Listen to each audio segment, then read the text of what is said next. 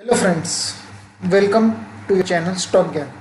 I hope आप अपना time इस लॉकडाउन में एकदम अच्छे से स्पेंड कर रहे होंगे, कुछ नया सीख रहे होंगे।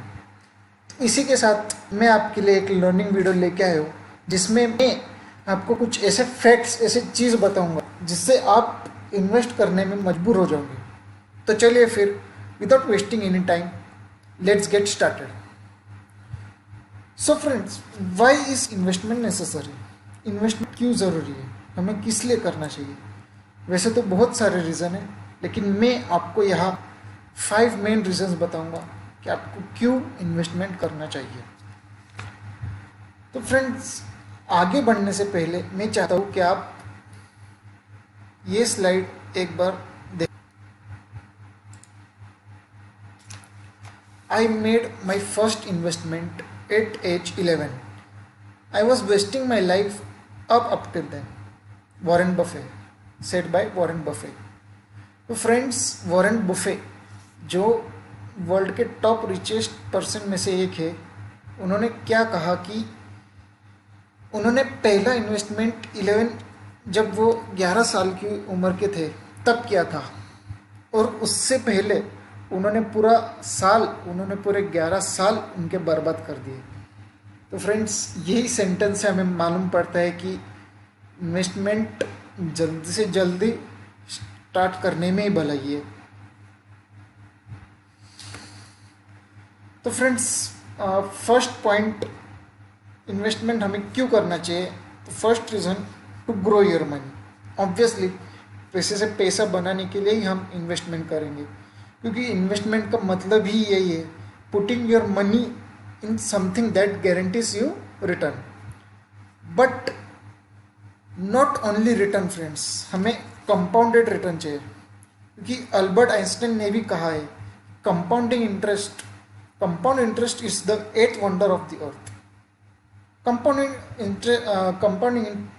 का जो मतलब वो कैसे वर्क करता है, उसके पीछे का लॉजिक क्या है, हम किसी और वीडियो में देखेंगे फ्रेंड्स। फिलहाल आप इतना ही समझ लिए कि इन्वेस्टमेंट में compounding is the must and it plays a very important role. Second reason friend ये है कि हमें इन्वेस्टमेंट क्यों करना चाहिए, is to improve the economy of the country. Obviously friends, अगर इन्वेस्टमेंट करेंगे तो हमारी कंट्री को, हमारे देश को डायरेक्टली या इनडायरेक्टली फ़ायदा होना ही है। फ्रेंड्स, ये एक्सप्लेन करने से पहले एक बात मैं आपको बता दूं कि अमेरिका, यूएसए, जो वर्ल्ड का most develop, most powerful country है, उसमें more than 60 to 70% of the total countries population, 60 to 70% लोग डायरेक्टली या इनडायरेक्टली स्टॉक मार्केट में इन्वेस्ट करते हैं। वहीं पे हम देखेंगे इंडिया का नंबर तो ओनली 3 to 4% है फ्रेंड्स। जी हाँ, 3 to 4%। तो अभी भी हमारे कंट्री में बहुत सा पोटेंशियल बाकी है, बहुत सा मतलब चीज़ें हमें देखने के लिए बाकी है। ठीक है फ्रेंड, तो इन्वेस्टमेंट हमारे कंट्री के इम्प्रूवमेंट में कैसे वर्क करता है, ये मैं आपको समझा देता हूँ। ठीक है, देखिए, सबसे पहले आप कहीं पे भी आप बैंक्स में रखेंगे, बैंक्स में सेविंग्स अकाउंट में रखेंगे या एफडी में रखेंगे, right. Individual money, banks, FDs या फिर शेयर मार्केट में डायरेक्ट आप कंपनी में इन्वेस्ट करें। ठीक है, बैंक में भी करें आप इन्वेस्टमेंट, बैंक्स कंपनीज को ही लोन देंगे उनका बिजनेस रन करने के लिए। ठीक है, या फिर शेयर्स में करें, उससे आप इक्विटी। तो डायरेक्टली या इनडायरेक्टली आप बैंक में करो या शेयर्स में करो, कंपनी को पैसा जाना ही है। जितना ज़्यादा कंपनी के पास पैसा जाएगा, उतना वो कंपनी उस फंड्स को उनके बिजनेस एक्टिविटीज़ को एक्सपांड करने में यूज़ कर सकेंगी। ठीक है, जितना उनका बिजनेस एक्सपांड होगा, उतनी ही जॉब अपॉर्चुनिटीज़ डेवलप होंगी। तो as a result more income will be generated, ज़्यादा इनकम जनरेट होगा और ज़्यादा टैक्स हमारे गवर्नमेंट के पास जाएगा और will be result in the overall, जिससे हमारा पूरा इकोनॉमी ग्रो होगा। तो ये था सेकेंड रीज़न।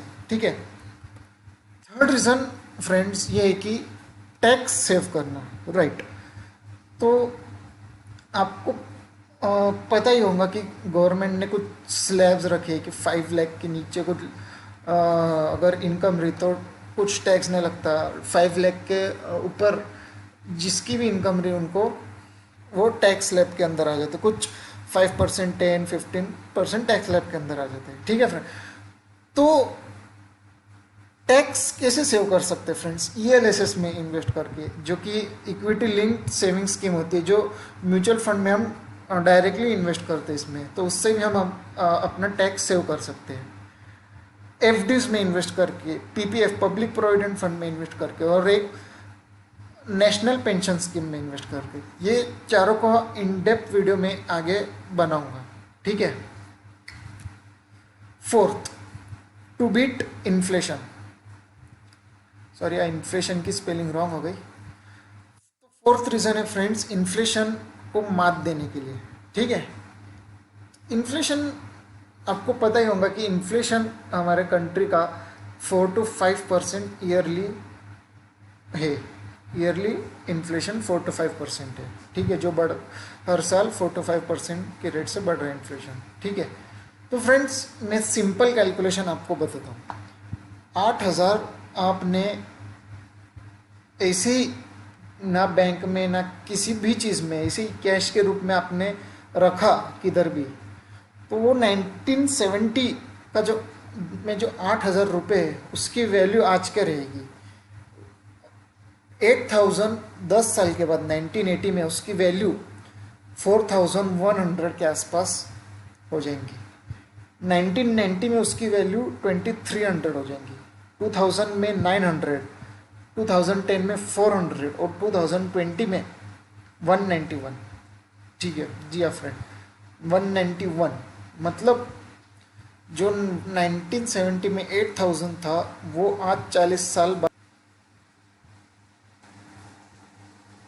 और फ्रेंड्स वॉरेन बफेट ने भी यही कहा है, जब तक आप सोए पैसा कैसे कमाना, मतलब बिना हार्ड वर्क के पैसा कैसे कमाना वो सीखने लेते, तो आप मरते दम तक पैसे कमाने के लिए मेहनत ही करोगे।